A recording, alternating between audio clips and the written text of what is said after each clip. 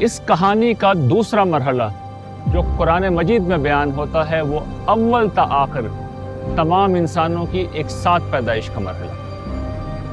انسان کی کہانی عرض امانت سے شروع ہوئی جب اللہ تعالیٰ نے اپنا اختیار ایک محدود دائرے میں انسانوں کو امانتاً دیا تھا۔ دیکھیں جو عہد الست ہے نا، یہ سورۃ الاعراف کے اندر رپورٹ ہوا ہے۔ اللہ تعالیٰ نے انسان کی نیچر اور فطرت میں اپنی معرفت ڈال دی ہے کہ ہم یہاں امتحان کے لیے بھیجے گئے ہیں، اگر وہ یاد ہمارے شعور میں باقی رہتی تو امتحان نہیں ہو سکتا تھا۔